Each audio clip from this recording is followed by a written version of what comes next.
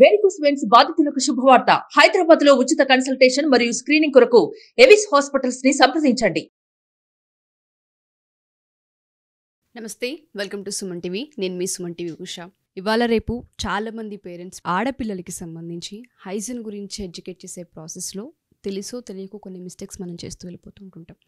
And ఇంకొంతమంది ఆడపిల్లలకి hygiene, especially periods సమయంలో ఎటువంటి హైజీన్ని పాటించాలి, ఏ విధంగా కేర్ తీసుకోవాలన్న వాటిపైన అవగాహన ఉండదు. అడిగి తెలుసుకోవాలంటే షైగా ఫీల్ అవుతుంటుంటారు. వీటన్నింటికి సంబంధించి ఒక ఆడపిల్ల యవ్వన స్థాయికి వచ్చిన తర్వాత పీరియడ్స్ ప్రాసెస్ అనేది కొనసాగుతూ ఉన్నప్పుడు ఎటువంటి జాగ్రత్తలు పాటించాలి, ప్యాడ్స్కి సంబంధించి ఏ విధంగా టేక్ కేర్ చేయాలి, అండ్ దాంతోపాటు క్లియరెన్స్ ప్రాసెస్ని ఏ విధంగా మనం మెయింటైన్ చేయాలన్న వాటిపైన మాట్లాడడానికి మహాగారు ఉన్నారు. ఆవిడని అడిగి తెలుసుకుందాం. నమస్తే మహాగారు.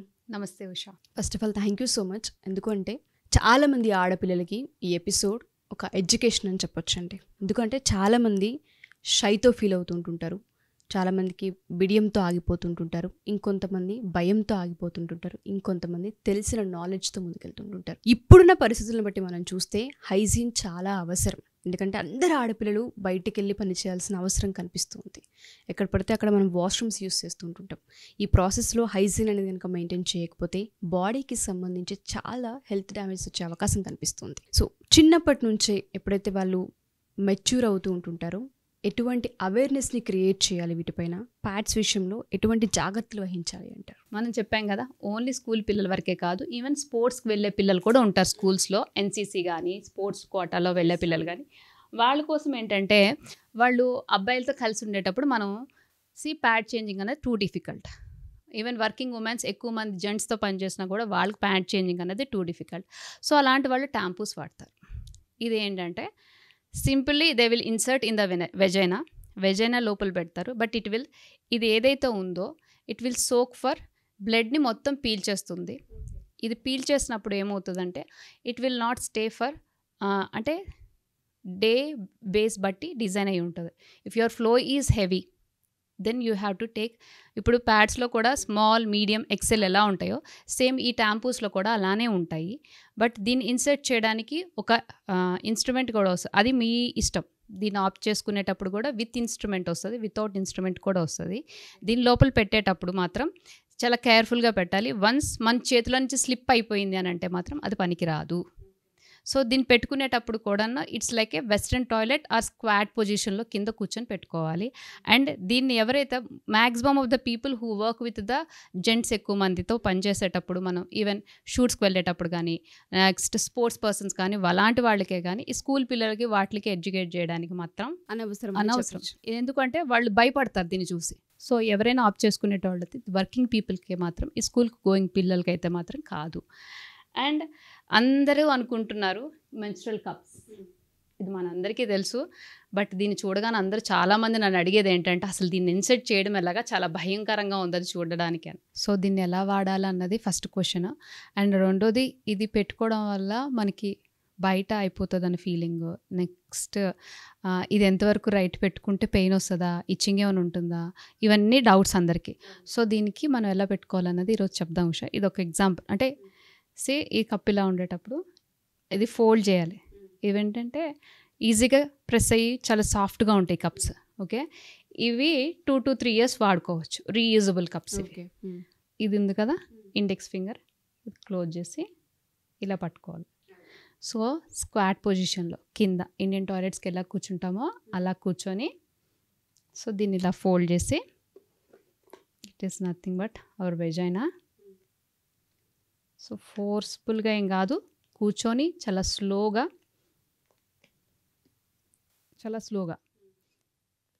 లూబ్రికేషన్ ఆల్మోస్ట్ ఉంటుంది. ఎందుకంటే పీరియడ్స్ టైంలో ఆల్మోస్ట్ ద వెజైనా పార్ట్ అన్నది చాలా లూబ్రికెంట్గా ఈజీగా మూవ్ అవుతుంది. సో వెళ్ళిపోయినాక ఫోల్డ్ అన్నది ఇలాగే ఉంటుంది. సో ఓపెన్ అయిపోయింది. సో ఫోల్డ్ అన్నది ఇలా ఉండేటప్పుడు ఇక్కడ ఈ స్టెమ్ ఉంది కదా, దీన్ని కింద కూర్చున్నప్పుడే స్లోగా, అంటే ఫాస్ట్గా కూడా కాదు, చాలా స్లోగా దీన్ని ఇలా మూవ్ చేయడం వల్ల లోపల ఫోల్డ్ ఏదైతుందో అది ఓపెన్ అవుతుంది. ఓవరాల్ ఆఫ్ ద వెజైనా ఇక్కడ బ్లడ్ కలెక్ట్ చేసుకుంటుంది. సో ఒక్కసారి బ్లడ్ కలెక్ట్ అయిన తర్వాత మనకు డౌట్ వస్తుంది, ఎన్ని అవర్స్కి తీయాలి ఈ కప్ని అని చెప్పేసి. Maximum to maximum 3 to 4 hours are 5 hours.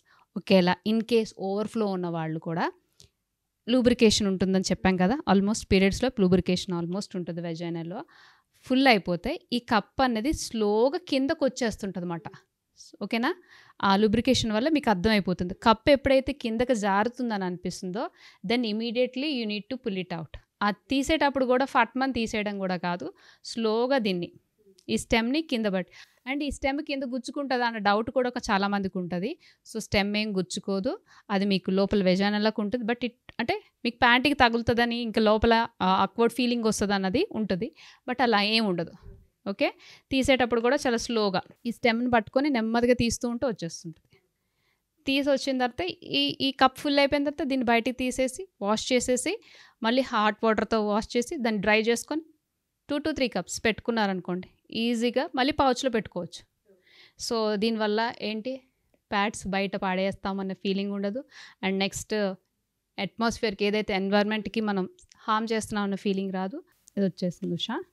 Same like మనం తీసేటప్పుడు కొంచెం అన్ఈజీగా మెస్సీగా అనిపిస్తుంది, but it is very friendly. మనకి ఎక్కడ బాధ ఉండదు.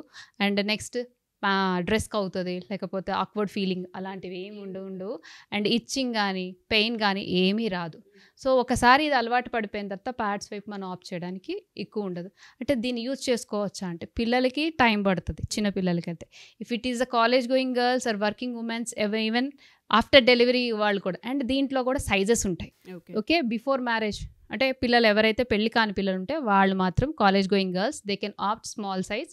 అండ్ ఎవరైతే పెద్దవాళ్ళు ఉంటారో ఆఫ్టర్ మ్యారేజ్ అయిపోయిన వాళ్ళు కానీ డెలివరీ అయిపోయిన వాళ్ళు they can opt for medium and large. And వీటిని reusable, it is friendly and reusable. And ఇంత అవేర్నెస్ ఎందుకు క్రియేట్ చేస్తున్నామంటే చాలామంది వచ్చేటప్పుడు చెప్పేటప్పుడు ఏంటి క్వశ్చన్ వేస్తారంటే, మేడం మాకు 1 month అవుతుంది, 1 month ప్యాడ్స్ వాడాలా, లేకపోతే ఆఫ్ చేసుకునేటప్పుడు ఎలాంటివి ఆఫ్ చేసుకోవాలి, ఇరిటేషన్ వస్తుంది, ర్యాషెస్ వస్తున్నాయి, ఇబ్బంది పడతారండి చాలామంది. చెప్పరు కానీ ఎంత డ్యామేజ్ అవుతూ ఉంటుంది. సెన్సిటివ్ పార్ట్ అని మనం చెప్తూ ఉంటుంటాం. అండ్ దాంతోపాటు ఎక్కువసేపు కూర్చోవాలి, చాలామంది వాక్ చేయాల్సిన పరిస్థితి ఉంటుంది, ర్యాష్ కనిపిస్తూ ఉంటుంది, ఇచ్చింగ్ వస్తుంటూ ఉంటుంది, పెయిన్ అనిపిస్తూ ఉంటుంది. అది ఇంకా పెయిన్ఫుల్ సిచ్యుయేషన్ అయినప్పటికీ కూడా కొన్నిసార్లు అవసరం కాబట్టి చాలామంది ఆడవాళ్ళు కష్టమైనా సరే బేర్ చేస్తూ ఉంటుంటారు. అలాంటి వాళ్ళందరికీ ఫస్ట్ చాలా క్లియర్గా అవగాహన కల్పించారు మహాగారు. ఎందుకంటే చాలామందికి తెలీదు ప్లాస్టికా కాటనా అన్న ఆ వ్యత్యాసం కూడా చూసి తీసుకోవడం చాలా కష్టంగా ఉంటుంది. అండ్ ఇంకొకటి ఉషా, ఇప్పుడు పర్టికులర్గా స్కూల్ గోయింగ్ గర్ల్స్కి చెప్తున్నాను, అందరు మనం చిన్నప్పుడు ఇది ఫేస్ చేసి వచ్చాం. ప్యాడ్ పెట్టుకోవడం రాదు కొంతమంది పిల్లలకి, ఈ రోజు కూడా రాదు, నేను చూస్తున్నాను కాబట్టి.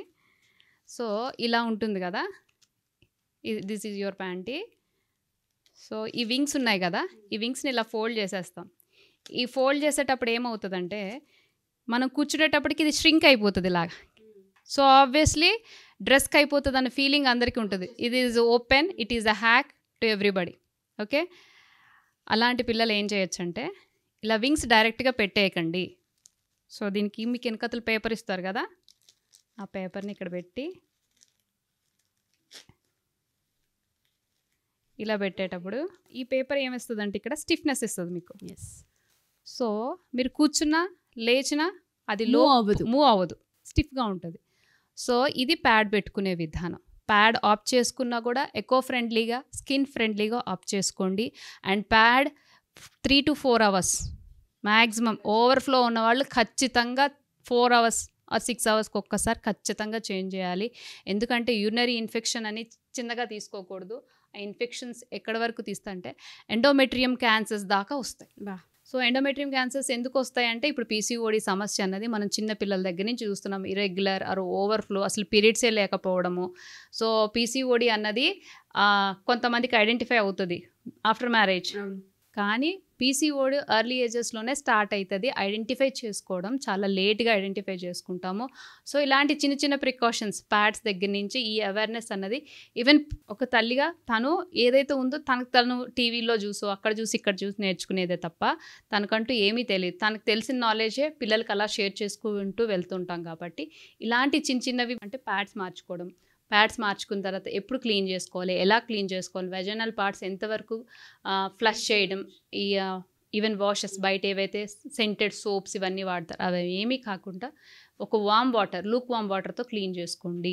సెంట్స్, సోప్స్ ఏమీ అప్లై యూస్ చేయండి. చేయకూడదు. అండ్ ఫ్రాగ్రెన్స్ కూడా చెక్ చేసుకోండి. ఫ్రాగ్రెన్స్ ఉన్నవి అస్సలు వాడద్దు. Thank you so much. చాలామంది ఉమెన్స్కి బిగ్గెస్ట్ అసెట్ లాంటి ఎపిసోడ్ ఇచ్చారు. ఎందుకంటే అవసరం ఈ అవేర్నెస్. చాలామంది షై ఫీల్ అవుతూనే రోజులు గడిపేస్తూ ఉంటుంటారు. అలా చాలామందికి ఇన్ఫెక్షన్స్ ఫామ్ అయ్యి ఇన్ఫర్టిలిటీ సమస్యలు వచ్చిన ఆడవాళ్ళు కూడా ఉన్నారు. చాలామంది ఆ సమస్య వచ్చిన తర్వాత రియలైజ్ అవుతుంటుంటారు, దీనివల్ల ఇది నేను ఫేస్ చేశాను. ఈవెన్ టీబీస్ వచ్చేటోళ్ళు ఉంటారు. Yes. Infection rate True. ఎక్కువైపోయినప్పుడు రీసెంట్గా నేను గైనకాలజిస్ట్ ఇంటర్వ్యూ చేసినప్పుడు కూడా ఆవిడ నాకు నేను క్వశ్చన్ అడిగితే రేస్ చేశారు. నేను చాలా షాక్ అయ్యాను. చాలామంది ఆడపిల్లలకు తెలీదు, ఇది ప్యూర్లీ ఎడ్యుకేషన్. దయచేసి 1-2 సార్లు ఎపిసోడ్ రిపీట్ చేయండి. ప్రతి పేరెంట్ ఎవరైతే చూస్తూ ఉంటుంటారో మీ పిల్లలకి దగ్గరుండి కూర్చోబెట్టి ఈ ప్రాసెస్ని ఏదైతే ఉంటుందో ఎక్స్ప్లెయిన్ చేయండి. దయచేసి షై ఫీల్ అవ్వద్దు, మొహమాటాలు పడద్దు. హెల్త్కి సంబంధించింది కంప్లీట్గా.